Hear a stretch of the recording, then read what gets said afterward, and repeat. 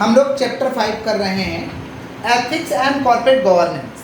सबसे पहला प्रश्न आता है कि कॉर्पोरेट गवर्नेंस क्या होता है। किसी भी कंपनी को चलाने के लिए देखिए उसका प्रिंसिपल होता है, रूल्स होता है, समझ पा रहे हैं क्या बोले, पॉलिसी होता है, रूल्स होता है, पॉलिसी होता है, रेगुलेशन होता है। इसके मिले जुले समझ पा रहे हैं रूप को हम कहते हैं कॉर्पोरेट गवर्नेंस। क्या कहते हैं? माने कॉर्पोरेट गवर्नेंस का मतलब वो एक कंपनी को चलाने का जितना रूल्स है, जितना रेगुलेशन है, जितना पॉलिसीज है, जितना प्रिंसिपल है, सबके मिले जुले रूप को हम क्या कहते हैं? Corporate governance. क्या कहते हैं? क्लियर है क्या? कॉर्पोरेट गवर्नेंस अगर ये सब बढ़िया रहता है, आपका rules regulation policy principle, company का सिद्धांत बढ़िया रहता है, पॉलिसी बढ़िया रहता है, रूल्स बढ़िया रहता है, तो लॉन्ग टर्म के लिए आपको बेनिफिट मिलेगा। लॉन्ग टर्म के लिए क्या मिलेगा? आपको बेनिफिट मिलेगा अगर आपका कॉर्पोरेट गवर्नेंस तगड़ा है। समझ पा रहे हैं क्या बोल रहे हैं? कॉर्पोरेट गवर्नेंस के कुछ फंडामेंटल्स होते हैं। फंडामेंटल्स पिलर का मतलब होता है, फंडामेंटल माने कॉर्पोरेट गवर्नेंस के कुछ मौलिक तत्व है। कॉर्पोरेट गवर्नेंस का पहला मौलिक तत्व है अकाउंटेबिलिटी। जवाबदेही होना चाहिए। हम हर चीज़ के लिए जवाबदेही है, हर चीज़ के लिए हम अकाउंटेबल है। इसको हम कहते हैं अकाउंटेबिलिटी। क्या कहते हैं? समझ पा रहे क्या बोले? मैंने answering the question about the performance के बारे में हम उसका आंसरिंग करेंगे, उस क्वेश्चन के बारे में बोलेंगे। इसको हम कहते हैं अकाउंटेबिलिटी। क्या कहते हैं? हम लोग क्या समझने जा रहे हैं? कॉर्पोरेट गवर्नेंस के फंडामेंटल्स। कॉर्पोरेट गवर्नेंस के टोटल 4 फंडामेंटल्स है। पहला क्या भाई? अकाउंटेबिलिटी। हर चीज़ के लिए हम जवाबदेही है, हमको जवाब देना पड़ेगा, हम जिम्मेवार है उस चीज़ के लिए। इसको हम कहते हैं अकाउंटेबिलिटी। क्या कहते हैं? ट्रांसपेरेंसी रखो, जो रखो एकदम क्लियर कट रखो, सबके लिए सेम पॉलिसी। एक बच्चा भी आ जाएगा उसके लिए भी सेम पॉलिसी रहेगा हमारा, एक बुढ़ा भी आ जाएगा उसके लिए सेम पॉलिसी, एक रिलेशन वाले भी आ जाएंगे तो उनके लिए भी सेम पॉलिसी रहेगा। इसको हम कहते हैं ट्रांसपेरेंसी। क्या कहते हैं? बोलते हैं ना कि जो भी है भाई पारदर्शिता है, भेदभाव इधर नहीं होता है, तगड़ा नियम रखा है, ट्रांसपेरेंसी रखिए। समझ पा रहे हैं? माने क्लियर कट रखिए, जो सबको समझ में आए, सबके लिए समान नियम रखिए। समझ रहे हैं क्या बोल रहे हैं? ताकि किसी तरीके का मतभेद ना हो। इसको हम कहते हैं ट्रांसपेरेंसी। क्या कहते हैं? समझ रहे? देखिएगा कोई दुकानदार ऐसा होता है कि बच्चा देख के उससे ज़्यादा पैसा ले लेगा, बुढ़बक देख के ज़्यादा पैसा ले लेगा, बुढ़ा देख के ज़्यादा पैसा ले लेगा, चढ़ाक देख के या लंबा देख के उससे कम पैसा ले लेगा। ऐसे लोग ट्रांसपेरेंसी मेंटेन नहीं कर रहे, गड़बड़ कर रहे हैं। समझ पा रहे क्या बोल रहे? समझ आया? और ट्रांसपेरेंसी क्या होता है? मान लीजिए मेरा सामान का दाम 10 रुपया है, कोई भी आ रहा 10 रुपया बेच दीजिए, बात खत्म। इसको हम क्या कहते हैं? ट्रांसपेरेंसी। क्या कहते हैं हम लोग? रेस्पॉन्सिबिलिटी माने जिम्मेवारी होना चाहिए। समझ पा रहे हैं कि हम ये काम का जिम्मेवारी लिए इसको करके दिखाएंगे। ये कॉर्पोरेट गवर्नेंस का पार्ट है। जिसका भी जिम्मेवारी लिए हो, जिस चीज़ का जिम्मेवारी है उसको करके दिखाओ, इसको हम कहते हैं रेस्पॉन्सिबिलिटी। क्या कहते हैं हम लोग? समझ पा रहे हैं? और फेयरनेस होना चाहिए। फेयरनेस का मतलब होना चाहिए कि सच के साथ रहेंगे, ऑनेस्टी के साथ रहेंगे, इंटीग्रिटी के साथ खड़ा रहेंगे। जो जेन्युइन होगा, रीजनेबल होगा, शेयर होल्डर के लिए, इन्वेस्टर के लिए, उसके लिए हम काम करेंगे, कंपनी के लिए काम करेंगे। इसको हम कहते हैं फेयरनेस। क्या कहते हैं? तो ये 4 फंडामेंटल्स है कॉर्पोरेट गवर्नेंस के। कॉर्पोरेट गवर्नेंस के कितना फंडामेंटल्स है? 4। कॉर्पोरेट गवर्नेंस किसको बोलेंगे? कंपनी के रूल्स रेगुलेशन पॉलिसी प्रिंसिपल, ये सारे चीज को हम क्या कहेंगे? Corporate governance. समझ पा रहे हैं क्या बोल रहे हैं? ये कॉर्पोरेट गवर्नेंस सब चीज का मिला जुला एक स्वरूप है। समझ रहे हैं? अगर कॉर्पोरेट गवर्नेंस बढ़िया रहता तो लॉन्ग टर्म में बेनिफिट मिलेगा।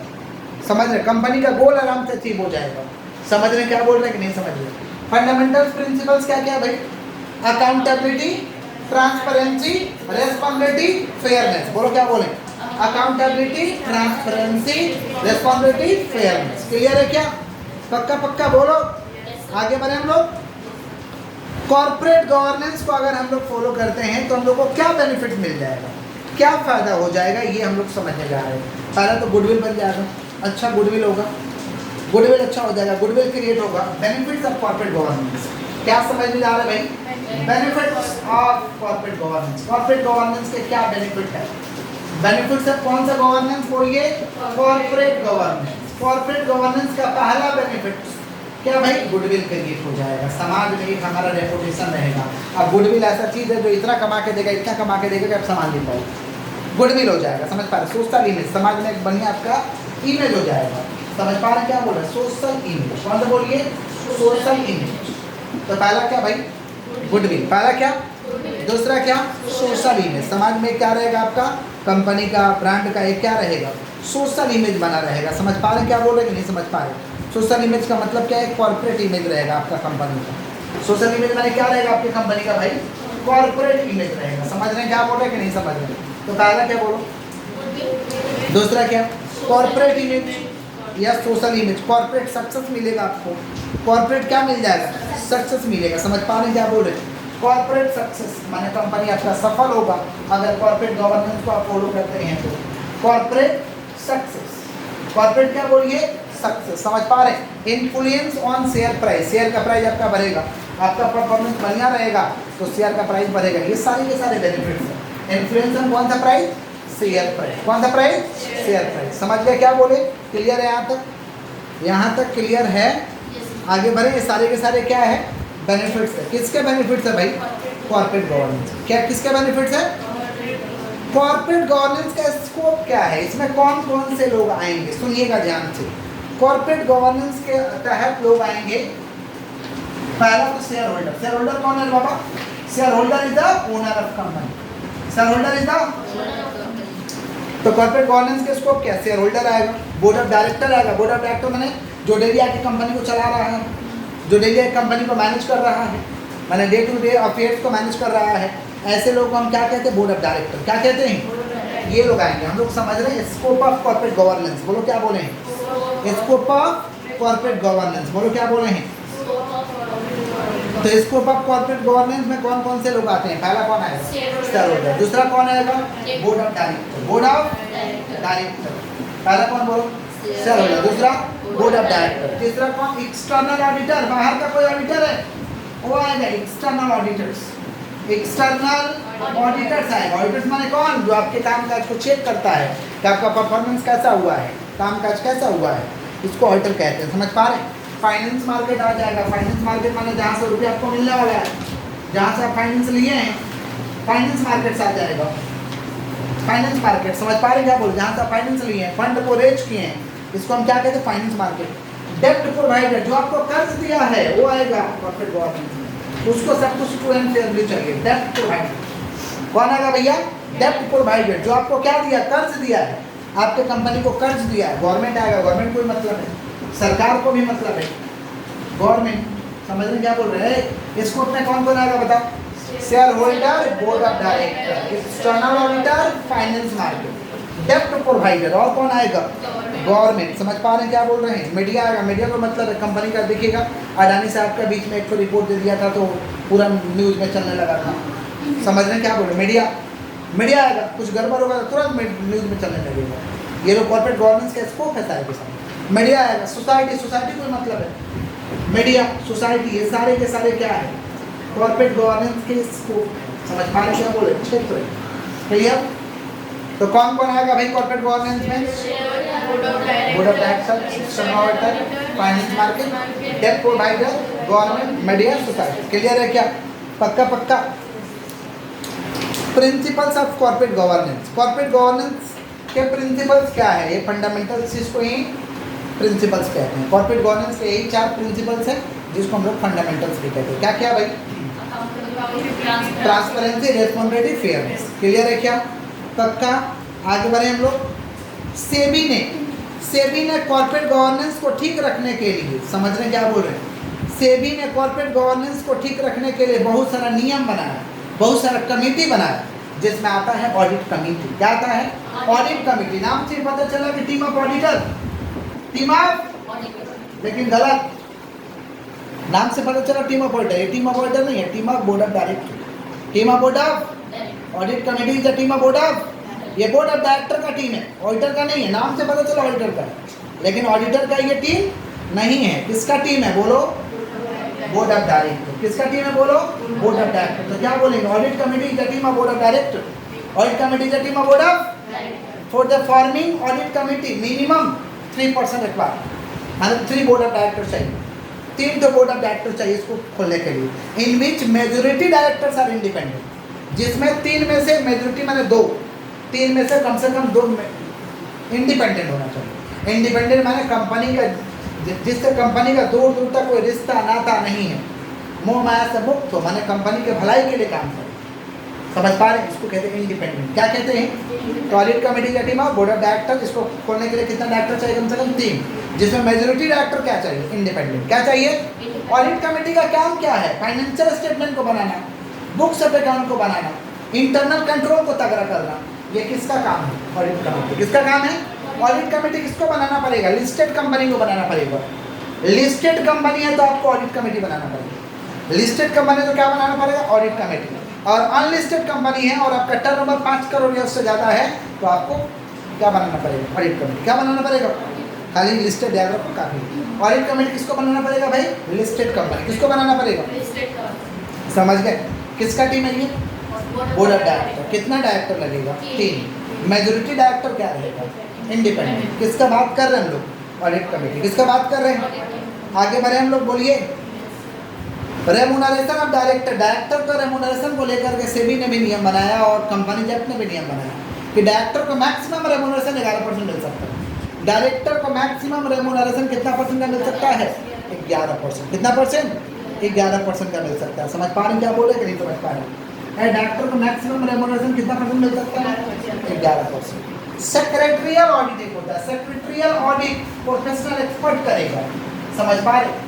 सेक्रेटरियल ऑडिट कौन करेगा? प्रोफेशनल एक्सपर्ट लोग करता है। समझ पा रहे? प्रोफेशनल एक्सपर्ट जिसका जांच पड़ताल करेगा, चेकिंग करेगा, उसे कौन सा ऑडिट कहते हैं? Secretarial audit. क्या कहते हैं हम लोग? Secretarial audit. क्लियर है क्या? आगे बढ़े हम लोग, बोलिए। कॉर्पोरेट गवर्नेंस में बहुत सारा फ्रॉड हुआ, बहुत सारा दिक्कतें आया। इस दिक्कत को सोल्व करने के लिए, समझ पा रहे हैं, कॉर्पोरेट गवर्नेंस को लाया गया और कॉर्पोरेट गवर्नेंस में बहुत सारा कमेटी बनाया गया, जिसमें एक है ऑडिट कमेटी और कुछ बिजनेसमैन का भी कमेटी बनाया गया, जैसे जे Irani committee. J Irani committee को बनाया गया था। समझ पा रहे हैं क्या बोल रहे हैं? नरेश चंद्रा कमेटी को बनाया गया था। नारायण मूर्ति कमेटी को बनाया गया था। अगर पूछा जाएगा कि अगर क्वेश्चन में पूछ लिया कि Narayana Murthy committee, Naresh Chandra committee, J Irani committee related to, option में रहेगा corporate governance, company, board of director, none of this, तो क्या मानिएगा? Corporate governance. कॉर्पोरेट माने कॉर्पोरेट गवर्नेंस का सुधार करने के लिए सब कमेटी बनाया गया। ये एक्सपर्ट लोग का कमेटी, अभी भी ये लोग जीवित है जिनका नाम लिया जा रहा है, जैसे आपका नारायण मूर्ति साहब अभी भी जीवित। समझ पा रहे? जे ईरानी अभी भी जीवित है। समझ पा रहे क्या बोल रहे हैं कि नहीं समझ पा रहे? नरेश चंद्रा जी के बारे में नहीं जानते, जीवित है कि नहीं? समझ रहे हैं क्या बोल रहे? तो 3 कमेटी है। कौन कौन है? नारायण मूर्ति, जे ईरानी कमेटी, नरेश चंद्रा कमेटी। समझ पा रहे क्या बोल रहे हैं? ये लोग कॉर्पोरेट गवर्नेंस को सही करने के लिए, कॉर्पोरेट गवर्नेंस में जो दिक्कत था उसको ठीक करने के लिए सब कमेटी बनाया गया इसको। समझ पा रहे क्या बोल रहे हैं? एक एक्ट भी पास किया गया था, सार्बनेस-ऑक्सली एक्ट। बोलो क्या बोले हैं? यूपीएससी में भी इसका पढ़ाई होता है, सार्बनेस-ऑक्सली एक्ट। समझ पा रहे? किसका बात करें? सार्बनेस-ऑक्सली एक्ट। बोलो क्या बोले हैं? सार्बनेस-ऑक्सली, उसका बहुत इंपॉर्टेंट है। सार्बनेस-ऑक्सली एक्ट। बोलो क्या बोले हैं? Auxiliary act 2002।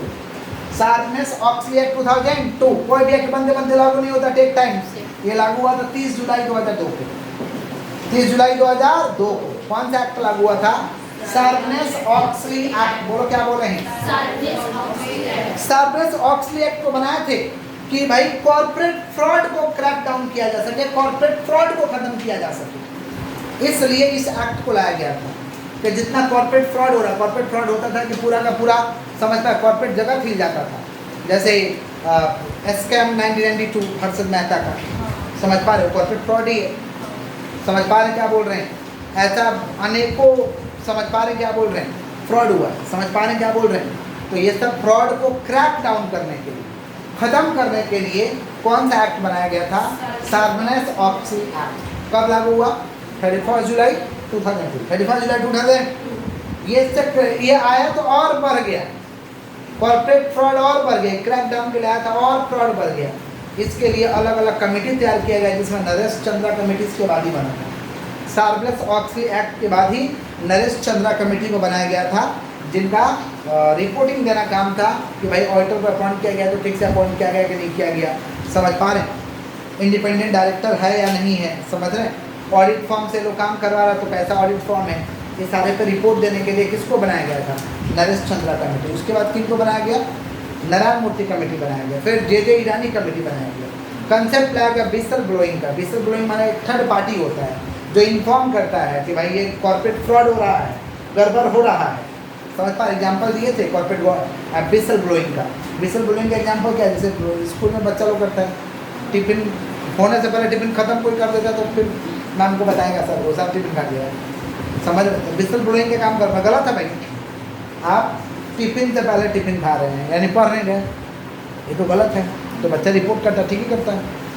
बच्चा जो रिपोर्ट कर रहा है वो ठीक ही कर रहा है, लोग बोलते हैं क्या मतलब है, लेकिन वो ठीक ही कर रहा है रिपोर्ट आपके भलाई के लिए। तो कंपनी में कॉर्पोरेट फ्रॉड होते हैं, उसको रिपोर्ट करता है जिस जो व्यक्ति, उसे हम कहते हैं विसल ब्लोअर। क्या कहते हैं, विसल ब्लोअर। समझ पा रहे, विसल ब्लोअर का कंसेप्ट को लेकर आया गया। क्लियर है क्या? हम लोग चैप्टर को मार्क करते हैं, चैप्टर